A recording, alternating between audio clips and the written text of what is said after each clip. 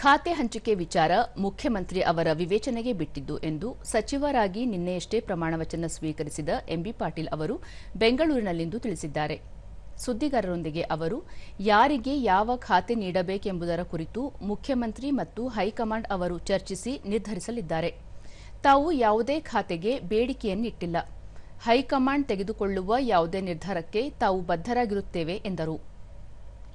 ನೂತನ ಮುಖ್ಯಮಂತ್ರಿ ಡಿಕೆ ಶಿವಕುಮಾರ್ ನೇತೃತ್ವದಲ್ಲಿ ಎಲ್ಲರೂ ಒಗ್ಗಟ್ಟಾಗಿ ಉತ್ತಮ ಕೆಲಸ ಮಾಡಲಿದ್ದೇವೆ. ಮುಂದಿನ ಚುನಾವಣೆಯಲ್ಲೂ ಸಹ ಕಾಂಗ್ರೆಸ್ ಪಕ್ಷ ಇನ್ನೂ ಹೆಚ್ಚು ಸ್ಥಾನಗಳನ್ನು ಪಡೆದುಕೊಳ್ಳುವ ನಿಟ್ಟಿನಲ್ಲಿ ಅಭಿವೃದ್ಧಿ ಕಾರ್ಯಗಳನ್ನು ಮಾಡಲಿದ್ದೇವೆ ಎಂದು ಎಂಬಿ ಪಾಟೀಲ್ ಹೇಳಿದರು. Power of the chief minister.